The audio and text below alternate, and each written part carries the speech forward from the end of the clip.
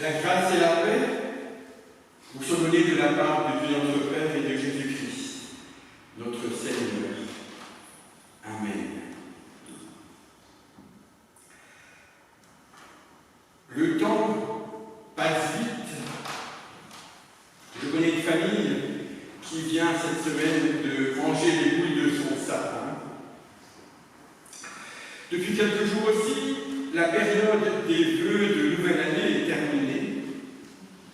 Nous avons peut-être encore dégusté la semaine dernière les dernières parts de galettes de l'Épiphanie.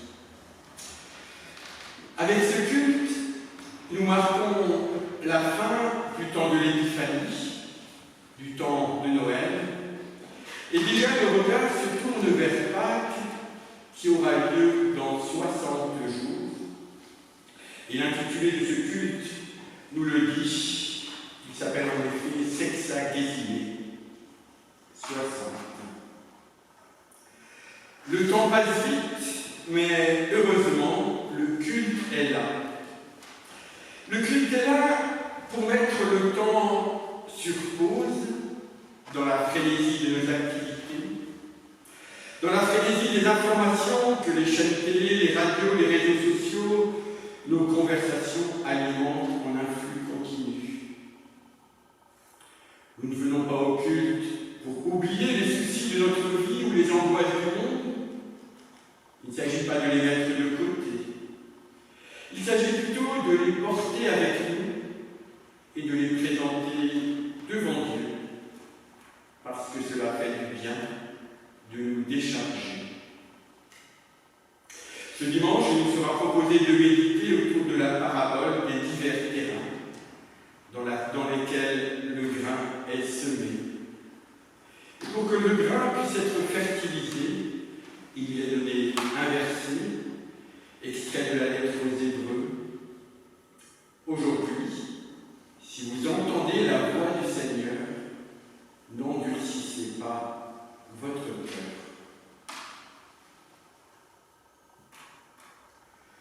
Nous entrerons dans ce culte en chantant le psaume 118. Nous entendrons les 3 premières strophes.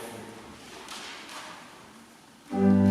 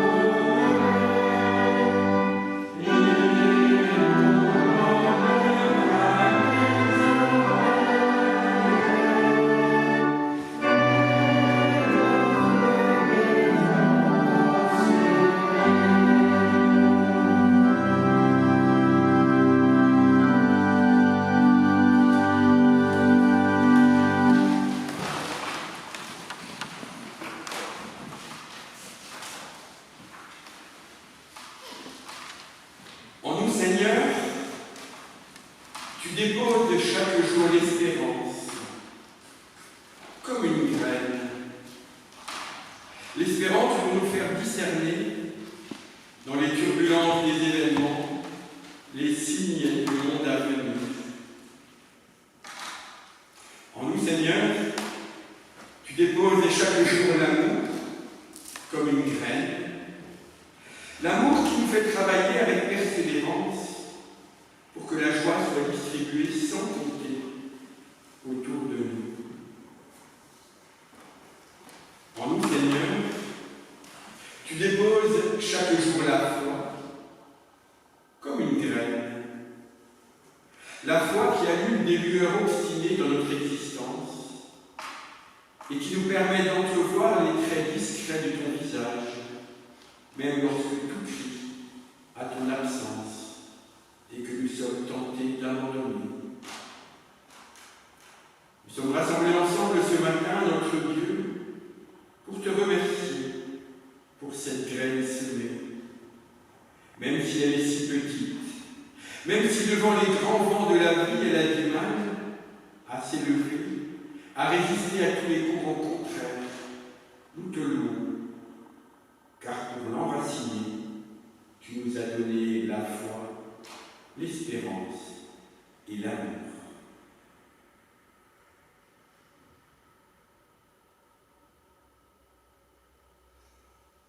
Nous voulons devant toi aussi confesser notre péché. En plus de la graine, tu nous as donné aussi, Seigneur, la faculté de parler. Et nous savons en user, parfois jusqu'à en abuser. En effet, tu le sais, parfois nous parlons trop vite, sans prendre de recul. Parfois nos paroles ne sont là que pour meubler les silences qui nous font peur. Parfois nos paroles ne sont que de bons conseils, pleins de nous et vides de toi. Et nous oublions que tu nous as donné aussi, pas très loin de notre bouche, un autre organe, aussi important que la bouche.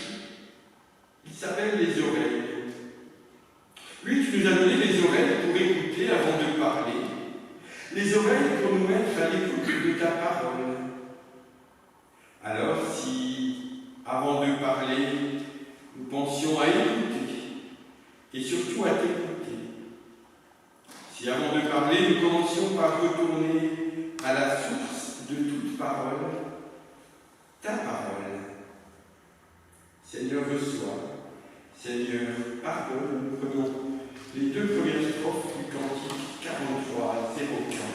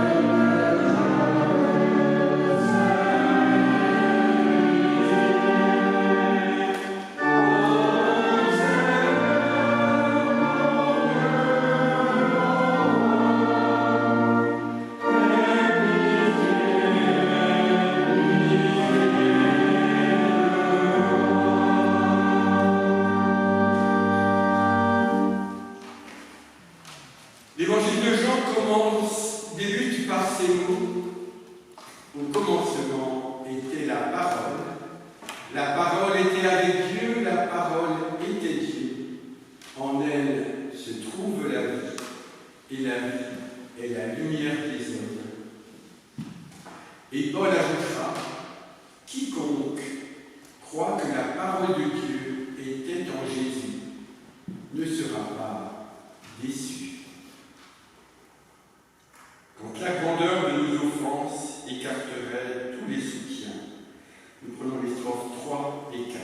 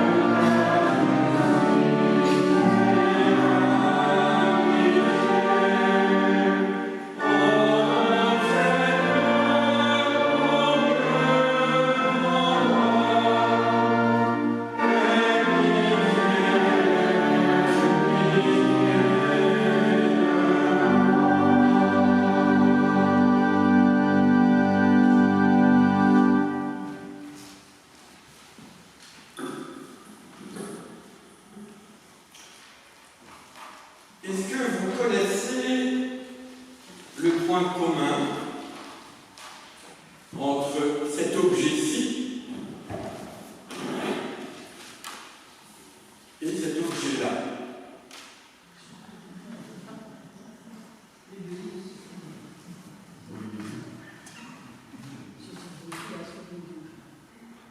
Si je plonge cet objet-là dans de l'eau bouillante, j'obtiendrai une bonne soupe, crème de légumes. Si maintenant je la mélange avec de la soude, ce sera infect, imbuvable, voire même dangereux. Si je n'y ajoute rien, cela sera amer et insipide.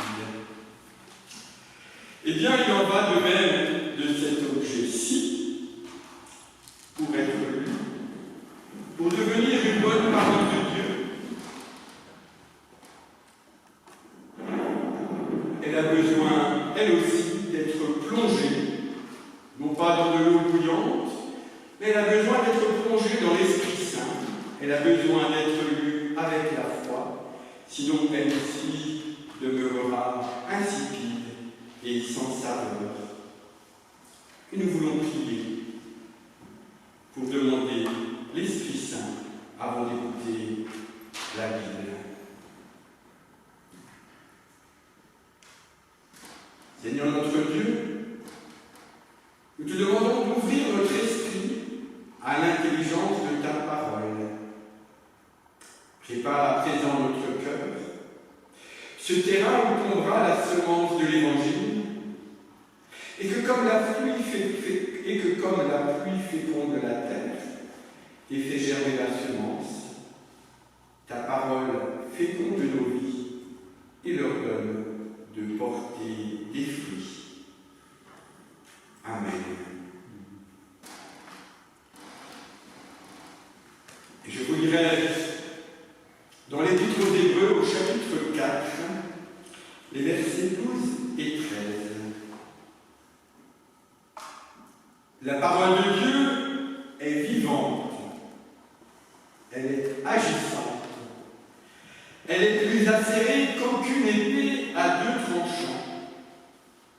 Elle pénètre jusqu'à la division de l'âme et de l'esprit, des jointures et des moelles. Elle est le juge qui met à nu nos sentiments et les pensées de notre cœur.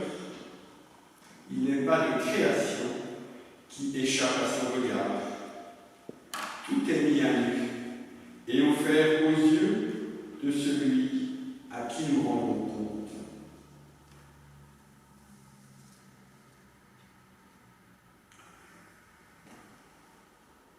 Et puis dans l'évangile de Luc, au chapitre 8, encore un texte à propos de la parole. Ce sera aussi le texte à propos duquel Céline prêchera dans un instant. De chaque ville, des gens venaient à Jésus. Une grande foule s'assemblait. Alors Jésus dit cette parabole. Un jour, un homme s'en alla dans son champ pour semer du grain. Tandis qu'il lançait la semence, une partie des grains tomba le long du chemin. On marcha dessus et les oiseaux les mangèrent. Une autre partie du grain tomba sur un sol pierreux. Les plantes poussèrent. Elles se desséchèrent parce qu'elles manquaient d'humidité. Une autre partie encore tomba parmi des plantes épineuses qui poussèrent en même temps que les bonnes plantes et les étouffèrent. Enfin, une autre partie tomba dans la bonne terre. Les plantes poussèrent et produisirent des épis. Chacun portait 100 grains. Et Jésus ajouta, « Écoutez bien, si vous avez des oreilles pour entendre. » Les disciples de Jésus lui demandèrent alors ce que signifiait cette parabole. Il leur répondit, « Vous avez reçu, vous, la connaissance des secrets du royaume de Dieu, mais aux autres gens, ils sont présentés sous forme de parabole. Ainsi, ils peuvent regarder, mais sans voir. Ils peuvent entendre, mais sans comprendre. Et voici ce que signifie cette parabole. La semence, c'est la parole de Dieu. Certains sont comme le bord du chemin où tombe le grain, ils entendent, mais le diable arrive et arrache la parole de leur cœur pour les empêcher de croire et d'être sauvés. D'autres sont comme un sol pierreux. Ils entendent la parole, la reçoivent avec joie, mais ils ne la laissent pas s'enraciner. Ils ne croient qu'un instant, et ils abandonnent la foi au moment où survient l'épreuve. La semence qui tombe parmi les plantes épineuses représente ceux qui entendent, mais ils se laissent étouffer en chemin par les préoccupations, la richesse et les plaisirs de la vie, et ils ne donnent pas de fruits mûrs.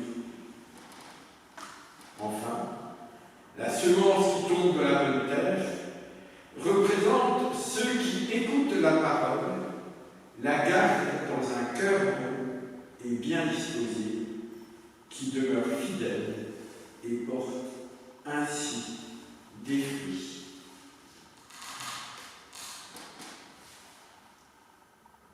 Nous chantons « Ô prends mon âme » 44, 11.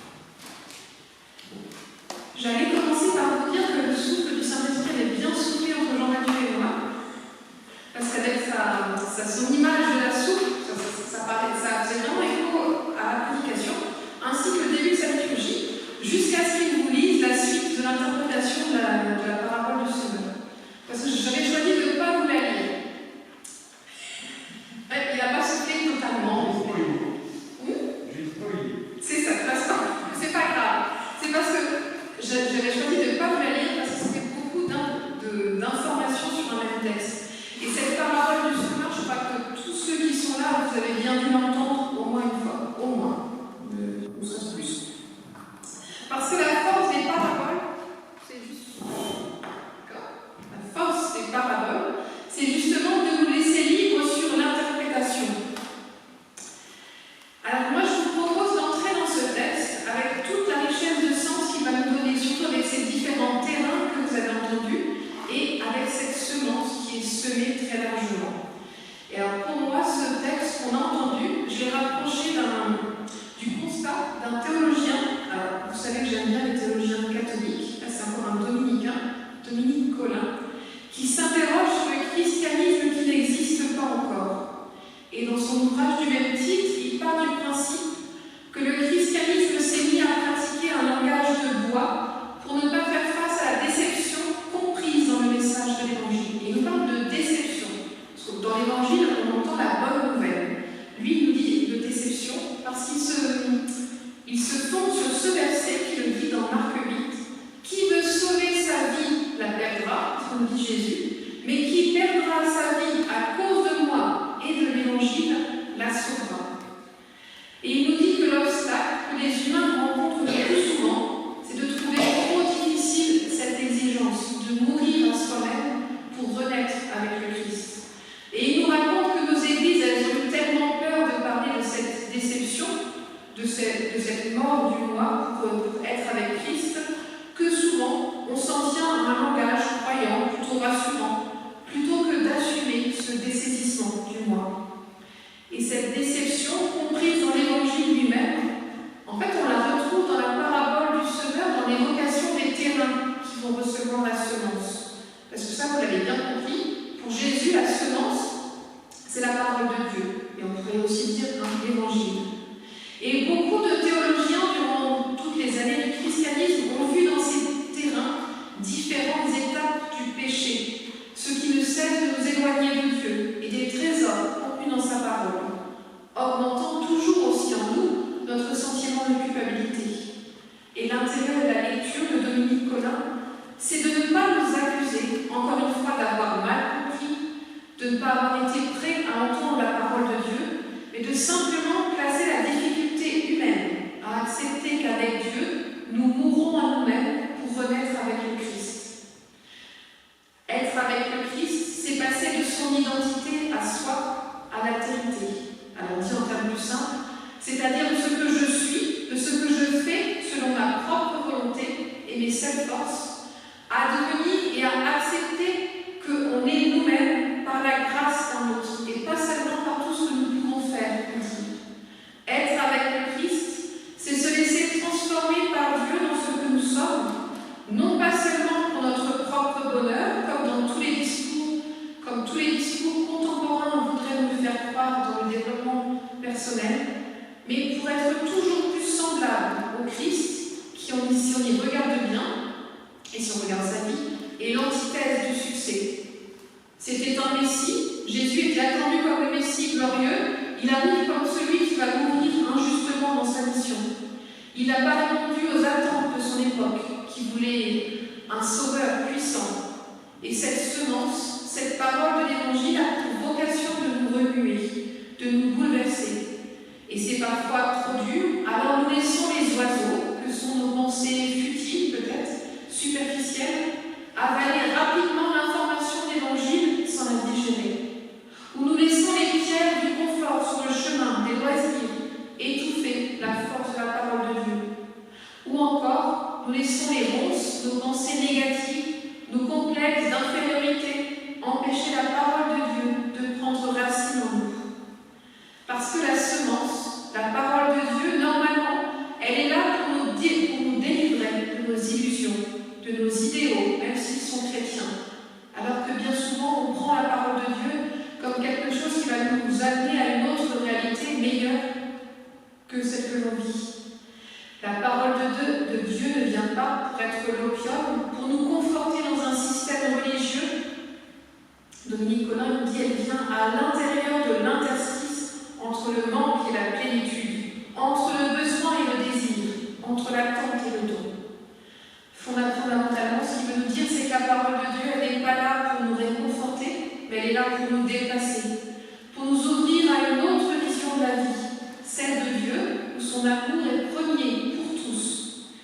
Et c'est bien pour cela que notre foi, elle peut se vivre avec des doutes. La foi proposée par l'Évangile, contrairement parfois à ce qu'on peut croire, n'est pas une certitude qui vient gommer tous nos malheurs, toutes nos questions. Elle est une espérance, toujours en chemin.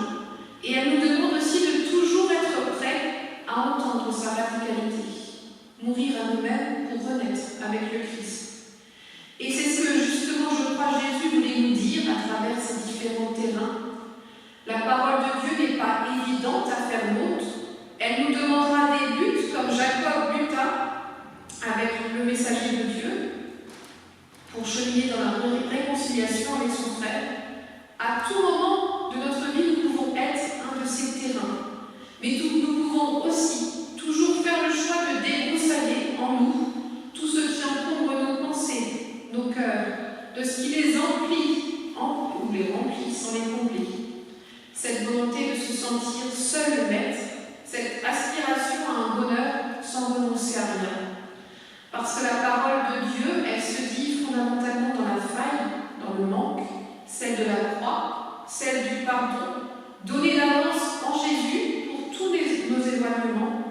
Et ce pardon ne sera jamais repris ni à mériter, il est simplement à accepter.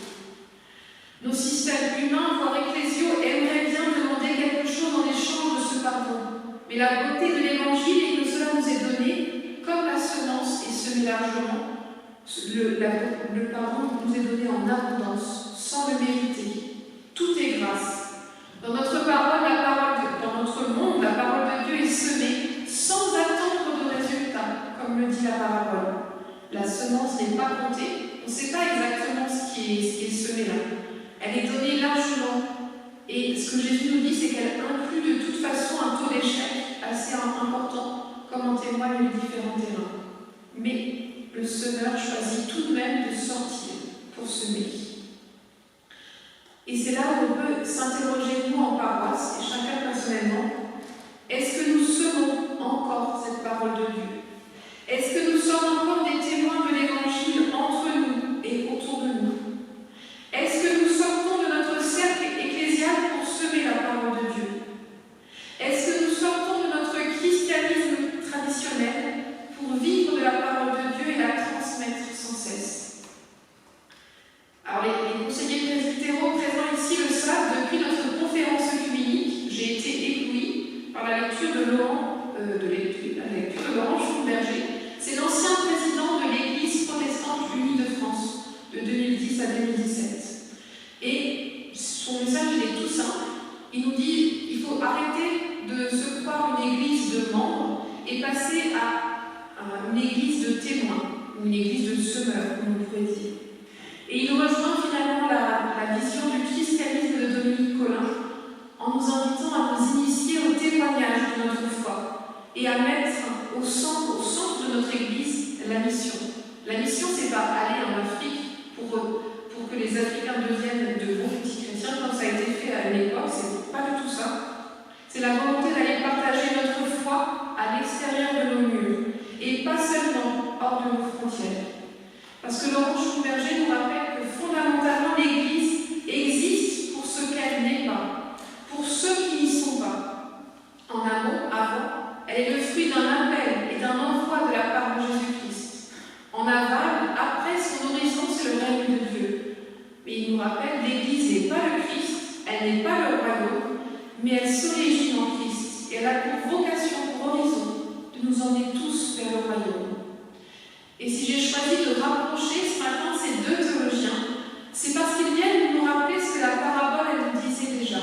Semons largement la parole de Dieu. Ne nous restreignons pas à une foi privative qui ferait seulement du bien à nous-mêmes, à ceux qui viennent au culte le dimanche matin, sans en faire profiter les autres autour de nous. Soyons porteurs de la parole de Dieu, quels que soient les lieux où nous sommes intégrés. Laissons-nous imprégner de la parole de Dieu jusqu'à ce qu'elle transpire naturellement dans nos actes et dans nos paroles.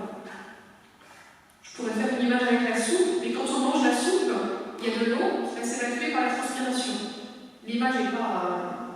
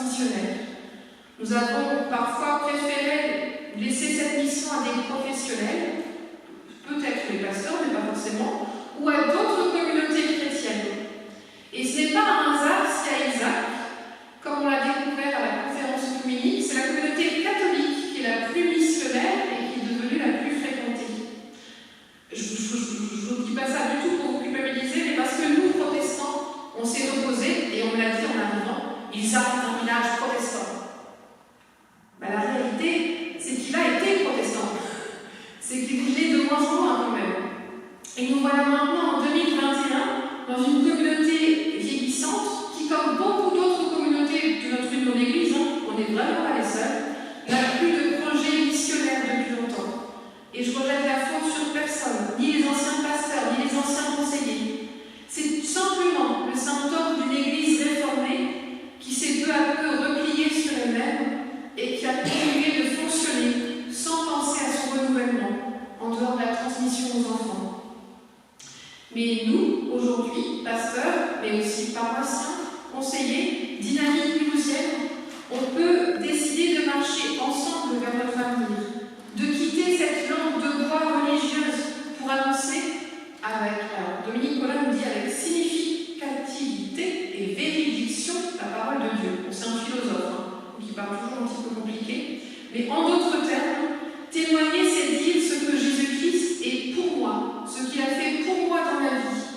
Et la véridiction, c'est le dire au plus proche de la vérité, au plus proche de ce que ça a fait en nous, sans faux semblant et sans vouloir dire ce qui devrait être dit si on était un bon chrétien. Témoigner, c'est parler de ce que Jésus a provoqué dans ma vie, ce que son amour inconditionnel a changé en moi, ce que son pardon peut-être a guéri comme blessure en nous, ce que la croix veut dire pour notre vie personnelle, ce que Jésus a fait revivre en nous, ce qu'il a fait ressusciter, ce qui est mort en moi pour renaître avec le Christ. Témoigner nous demande de nous interroger, non pas pour douter, mais pour mieux connaître la force de notre foi, pour dire en mots quelque chose d'audible. Vous le savez tous, il faut qu'on l'ait bien assimilé. On enseigne bien que ce qu'on a pleinement assimilé. Et nous pourrions répéter à l'envi comme on dit dans le monde politique, des éléments de langage chrétien, mais ce serait un contre-témoignage. Un témoignage prend racine dans ce que nous sommes, dans ce que la parole de Dieu a transformé en nous, même si c'est une toute petite chose. Et c'est à chacun de faire le travail, et aussi en communauté de savoir nous dire les uns aux autres la manière dont nous croyons au Christ. Il n'y aura pas de bonne ou de mauvaise réponse, ou mauvaise manière de faire en témoignage. Il n'y a pas de critères de véracité, de théologie juste, seulement si nous laissons dialoguer l'Évangile, les paroles de Jésus, avec ce qu'il a provoqué en nous. Mais vraiment l'Évangile, du coup, et pas le catéchisme qu'on a forcément appris. Parce que l'écart vient quand nous confondons l'Évangile et l'enseignement de l'Église, ou encore l'Évangile et le pseudo-discours spirituel de bien-être, ou encore l'Évangile et un catéchisme mal compris. Notre témoignage ne va pas dépendre non plus de nos mérites, de notre intelligence, de notre sensibilité. Il dépend de ce que la parole de Dieu provoque en nous, si nous nous laissons véritablement toucher par elle. Et puis pour finir, j'aimerais juste reprendre 4 singularités de cette parabole. Elles ont été mises en lumière par André Rommel, un pasteur et un théologien protestant. La première, si on regarde, si vous avez bien écouté la parabole, c'est que le semeur, il apparaît une fois. Il apparaît au tout début de la parabole, on nous dit « le semeur est sorti pour semer ». Et après, il reçoit. Dans la parabole, on ne le voit plus. Et cette absence-présence, elle fait écho à celle de Dieu dans nos vies. Dieu nous paraît parfois bien absent de notre vie, de notre monde, mais Dieu est présent, comme le révèle la parabole, finalement par sa parole, par la semence qu'il laisse. Parce que le semeur, on l'entend une fois, mais la semence, on la revoit plusieurs fois être distribuée. Et c'est à travers elle que nous pouvons percevoir la présence de Dieu dans nos vies. C'est quand nous faisons l'effort, dans notre quotidien, d'intégrer la lecture de la Bible, que nous pouvons communiquer avec Dieu, être guidés par lui sur nos chemins de vie. Dieu ne nous laisse pas seuls, il nous laisse libres d'aller vers lui au travers de sa parole. Et puis la seconde singularité, ce sont les sols qu'énumère la parabole. Il y a le chemin, les pierres, les broussailles et l'humus. Et il nous symbolise différentes réactions humaines face à la parole de Dieu. Et il faut quand même le noter, elles ne sont pas toutes négatives. Il y en a 3 négatives, mais il y a quand même la bonne terre qui est là pour accueillir la parole. Et le second message est que cet accueil de la parole n'est pas définitif. On peut être tour à tour un de ces terrains. La parole peut tomber chez nous dans les ronces, ou peut tomber parfois dans les pierres, parfois elle peut tomber dans la bonne terre. Ça dépend. Et la troisième singularité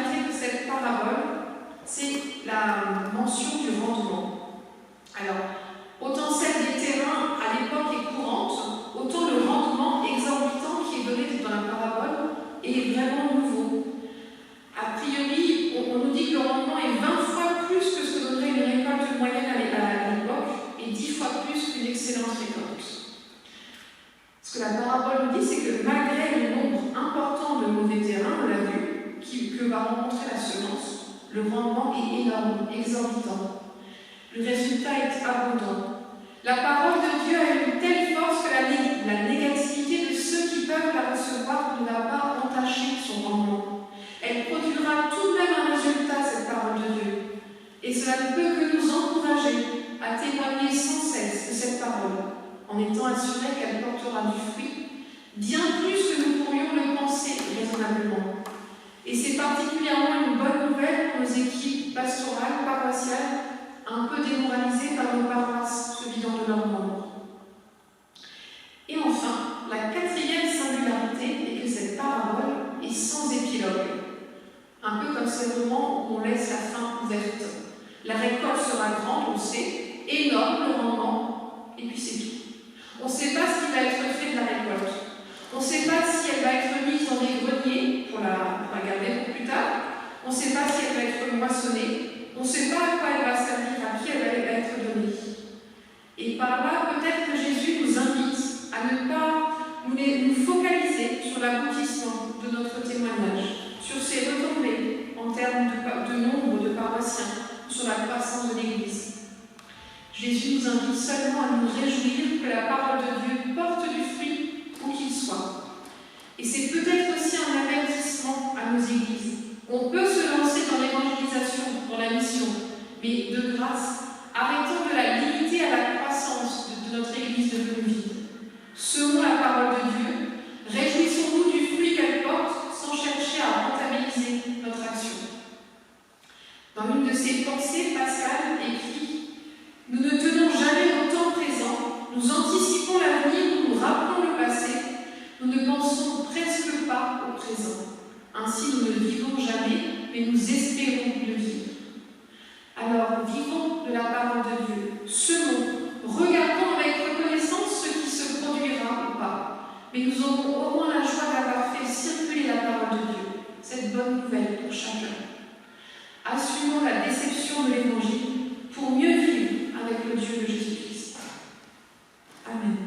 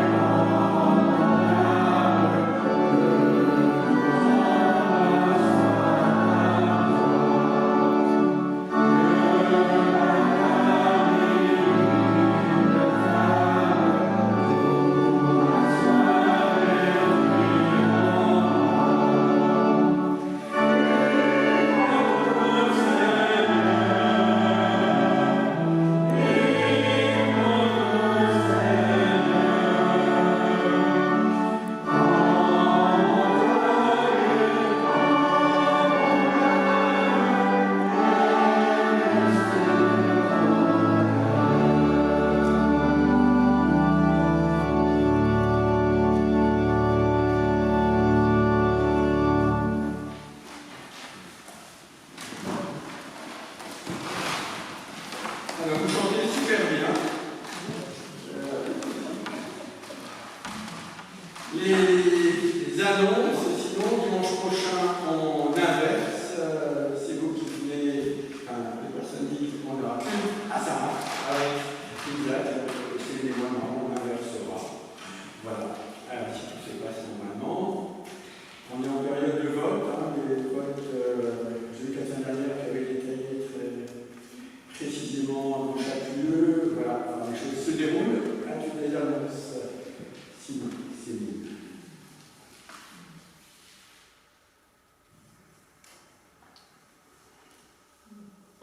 Non, il y a peut-être juste l'appel de la carte à remplir. oui. Il y a des documents, ça Oui, passe. je les ai mis là-bas, juste à la sortie. D'accord, à la sortie, il y a toujours des personnes à soutenir,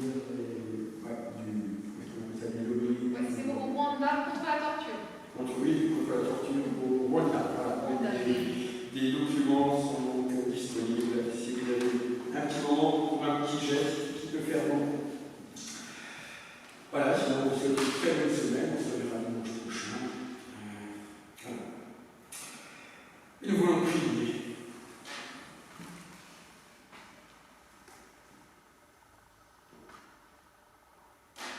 Seigneur Jésus, tu dessines au cœur de nos vies un chemin de confiance. Tu as posé dans le cœur de tes disciples la semence de ta parole. Alors nous te prions pour l'Église, qu'elle puisse être un reflet de ta bonne nouvelle, à l'intérieur, mais aussi à l'extérieur pour le monde. Tu as posé dans le cœur de chacun la semence de ton amour. Nous te prions pour que cet amour puisse être un témoignage dans l'humanité lorsqu'elle se déchire. Nous te prions pour que grandisse parmi nous ton amour, qui puisse faire chaque jour des choses nouvelles. Tu as posé en ton Église la semence de la confiance. Nous te prions pour ceux qui te sont fidèles. Que de cette confiance en toi, ils apprennent aussi la confiance les uns aux autres. Tu as posé en l'humanité ta semence de vie. Nous te prions pour tous ceux qui luttent, qu'ils soient fortifiés dans leur combat pour la justice, pour la paix. Nous te prions pour que notre prière s'enracine dans notre quotidien. Apprends-nous à être, nous aussi, des semeurs généreux, qui n'ont pas peur de perdre ce qu'ils sèment. Et unis par Jésus le Christ, en communion avec les chrétiens du monde, nous voulons te dire, notre Père qui es aux cieux, que ton nom soit sanctifié, que ton règne vienne, que ta volonté soit faite sur la terre comme au ciel. Donne-nous aujourd'hui notre pain de ce jour. Pardonne-nous nos offenses, comme nous pardonnons aussi à ceux qui nous ont offensés.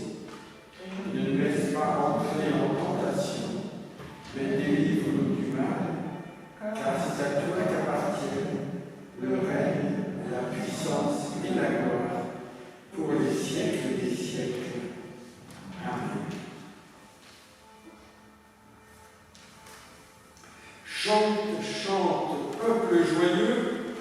C'est le 51-11, il n'a qu'une seule strophe, nous le reprendrons deux fois.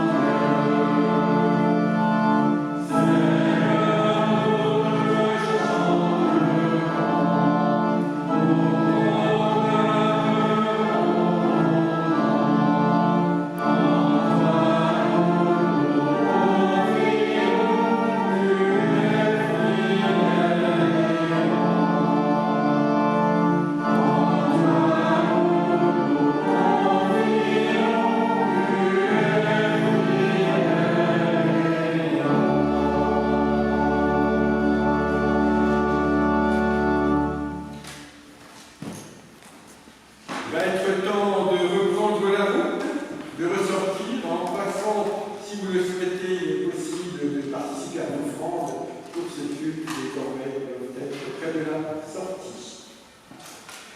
Une parole d'envoi nous est donnée par Élie Wiesel, qui nous parle encore de la parole. La parole est plus grande que nous, elle est plus profonde que nous. C'est en elle que nous nous élevons, c'est par elle que nous nous abaissons. Elle est refuge pour l'exilé et exil pour le suffisant. Comment ferais-tu sans la parole pour prier? Comment ferais-tu sans elle pour pleurer, pour espérer, pour te justifier? Ne te moque pas de la parole, ami. Quand tu es en danger, elle t'enveloppe. Quand tu rêves, elle te protège des cauchemars. Laisse-la te pénétrer et t'abreuver. Donne-toi à la parole et tu recevras d'elle ce que la vie a de plus beau et de plus généreux, l'élan qui te porte vers Dieu. Dieu nous propose d'irriguer sa parole encore par sa bénédiction afin qu'elle puisse germer en nous. Dieu vous bénit, Dieu vous garde, Dieu vous accorde sa grâce, il tourne sa face vers vous, il vous donne la paix.